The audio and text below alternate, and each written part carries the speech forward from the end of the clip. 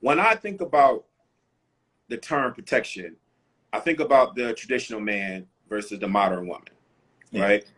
And so historically, from the very first story of Adam and Eve, and you hear about Adam, who was about 6 weeks old, and Eve was about 4 weeks old, and Eve bit the apple, but the responsibility was on Adam, who bit the apple, because Eve listened to a pro-choice snake, and unfortunately she ain't been trusted since, nor have women been trusted after that, and they got kicked out of a garden. And if it wasn't for that woman, we'll have the ability to walk around naked and do whatever we want.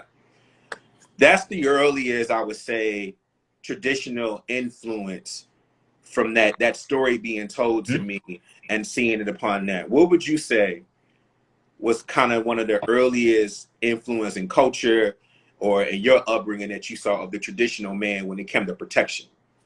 Because Adam was supposed to protect the Garden of Eden, and he failed, or he was betrayed by the woman. What would you say was yours? It was TV, man. Like, I'm watching, let's say with my grandparents, I'm watching I Love Lucy, I'm watching The Honeymooners. And so you have like this man who goes to work every day, who protects the household, is strong, and his wife who is just constantly doing stuff that could stabilize the family, or just she's so naive, or doesn't just is messing up. And the man is protecting the family, but he's also very violent in language and in physical. Like, one of these days, Alice, one of these days, pow, right in the kisser, and you just seeing it. It's like, what? It was wild, man. But like Ralph Cramden, like, would he fight for his wife? Absolutely, he would fight for his wife. Would he also fight his wife?